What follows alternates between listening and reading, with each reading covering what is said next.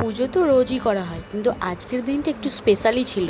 কারণ আজকে কিন্তু শ্রাবণ মাসের প্রথম সোমবার, তো এই দিনটাকে স্পেশাল করে তোলার জন্য আমি সকাল সকাল স্নান টান করে শাড়ি পরে একটু সুন্দর করে সেজে গুজে সুন্দর করে দুটি পায়ে আলতা পরে, আর শ্রাবণ মাসে সবুজ কাঁচের চুড়ি পরতে তো সবাই ভালোবাসে, তাই আমিও পরে নিলাম। আর হালকা করে একটু লিপস্টিকও লাগিয়ে নিলাম। আর এই যে সুন্দর ক্লিপটা দেখতে পাচ্ছ, তো এই ক্লিপটা আমি এনেছি আজকের দিনটিতে পরবার জন্য।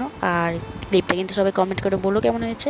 চলো, নিজেকে তো সুন্দর করে সাজিয়েই দিলাম। এরপর মহাদেবকে ভালো করে ঘি, মধু, দুধ আর গঙ্গা জল দিয়ে স্নান করিয়ে দিলাম। এরপর মহাদেবকে মুছিয়ে দিলাম, নয়তো আমার মহাদেবের ঠান্ডা লেগে যেতে পারে। এরপরে চন্দন ঘষে মহাদেবকে পরিয়ে দিলাম। পরে সুন্দর একটি আকন্দ ফুলের মালা পরিয়ে দিলাম।